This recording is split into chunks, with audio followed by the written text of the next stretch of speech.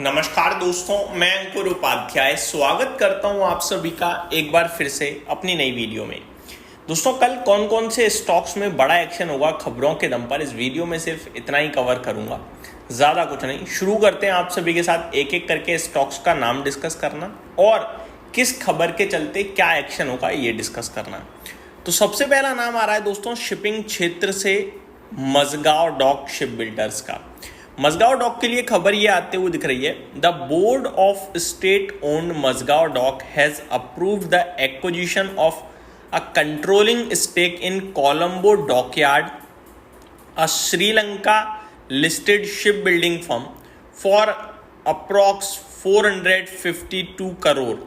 The acquisition will be made from Japan's Onomichi Dockyard Company, marking Mazgao's strategic overseas expansion in maritime infrastructure. तो simple सरल भाषा में मैं आपके साथ शेयर करता हूँ क्या कहना चाह रहे हैं। श्रीलंका की एक लिस्टेड कंपनी है जिसका नाम है कोलंबो डॉकयार्ड। इसमें जापान की एक इन्वेस्टर था जिसका नाम है ओनोमिची डॉकयार्ड कंपनी। ओनोमिची से मझगांव डॉक एक कंट्रोलिंग स्टेक खरीद रहा है अराउंड 452 करोड़ रुपीस में। तो आप शॉर्ट सिंपल भाषा में कह सकते हैं कि 452 करोड़ रुपए का श्रीलंकन कोलंबो डॉकयार्ड में मझगांव डॉक हिस्सेदारी खरीद रहा है। सिंपल, ठीक है जी। तो ये इनके लिए पॉजिटिव है और ये मदद करेगा ओवरसीज एक्सपेंशन में। अब ऑब्वियसली श्रीलंका की शिपिंग कंपनी को अगर खरीद रही है मझगांव डॉक तो फिर श्रीलंका में उनका एक्सपेंशन बढ़ गया, तो ओवरसीज ही हो गया है ना। तो ये अपडेट है। दूसरा स्टॉक है Waaree Energies. Waaree Solar Americas a unit of the company has secured a significant order for supply of 540 megawatt solar modules from a US based developer of utility scale solar and energy storage project. The order was booked on June 27, 2025 and reflects Vare's expanding global footprint in renewable energy solution. तो यहाँ भी थोड़ा सा खबर बाहर से आते हुए दिख रही है आउटसाइड इंडिया, लेकिन है बेहद पॉजिटिव। कंपनी को यूएस की सब्सिडरी कंपनी जो है इनकी जिसका नाम है वारे सोलर अमेरिकाज, उसको यूएस बेस्ड एक कंपनी से ही ऑर्डर मिलता हुआ दिखा है 540 मेगावाट सोलर मॉड्यूल्स का। यूएस बेस्ड डेवलपर से ये ऑर्डर मिला है। तो यूएस इनकी सब्सिडरी जो यूएस में है उसको एक ऑर्डर मिला है 540 करोड़ का और यूएस से ही मिला है। तो ये भी पॉजिटिव नहीं, बहुत पॉजिटिव है। थर्ड स्टॉक है आलूवालिया कॉन्ट्रैक्ट्स। इसके लिए खबर आ रही है, the company won 2 large domestic construction project with a total contract value of 1103.56 crore, further strengthening its order book in the infrastructure and real estate space. तो कंपनी को 2 order मिलते हुए दिख रहे हैं, टोटल वैल्यू 1103 करोड़ रुपए की निकल कर आ रही है। तो ये भी पॉजिटिव है। और ये खबर जो है ना फ्राइडे ओपन मार्केट में ही आ गई थी वैसे, मैं क्योंकि मैंने डिस्कस करी थी इसलिए मुझे याद है। फोर्थ स्टॉक है दोस्तों BHEL यानी भेल।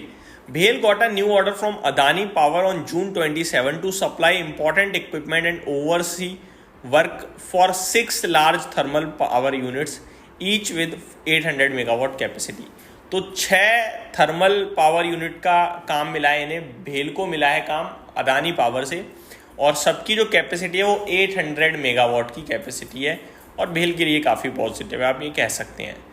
नेक्स्ट स्टॉक है दोस्तों पीरामल एंटरप्राइजेस। खबर यह है, Piramal has invested 700 crore into its own finance arm Piramal Finance Limited through a right issue. The money will be used to support business and other general needs. तो पीरामल एंटरप्राइज ने अपनी ही आप कह सकते हैं सब्सिडरी कंपनी है पीरामल फाइनेंस आर्म, उसमें 700 करोड़ रुपीस का निवेश किया है राइट इशू के माध्यम से। और ये पैसा इसलिए डाला है कंपनी ने ताकि कंपनी फाइनेंस आर्म को पैसे की ज़रूरत है उसको दे पाए और स्ट्रेंथ कर पाए उनकी जो बैलेंस शीट है, और उनके जो जनरल ज़रूरतें हैं वो पूरी हो पाएँ। हिंदुस्तान एरोनॉटिक्स कंपनी ने अनाउंस किया है 15 रुपये प्रति शेयर का डिविडेंड फॉर फाइनेंशियल ईयर 25। पिछले वित्त वर्ष के लिए 15 रुपये का डिविडेंड दिया है। अगर बात करें August 21 is the record date to check who will get. 21 अगस्त जो है कंपनी की रिकॉर्ड डेट है। अगर 21 अगस्त से आप पहले होल्ड करते हैं तो आप 15 रुपये प्रति शेयर के डिविडेंड के लिए हिंदुस्तान एरोनॉटिक्स में एलिजिबल हो जाएंगे। ITDC Cementation India Limited.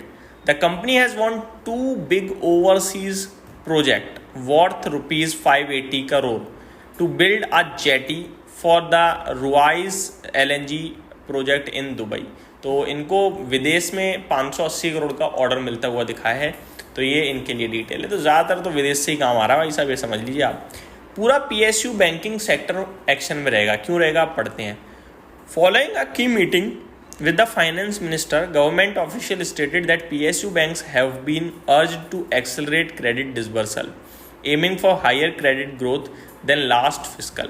The sector continues to show improved asset quality with net NPA falling to 0.52% as March FY25.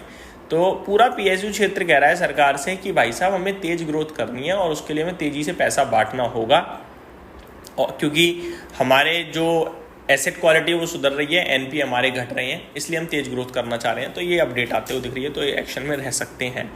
Adani group भी पूरा एक्शन में रहेगा क्योंकि वही SEC को लेकर अपडेट है। मैं ऑलरेडी डिटेल शेयर कर चुका हूँ आप सभी के साथ। Central bank of India, the lender has acquired 24.91% in future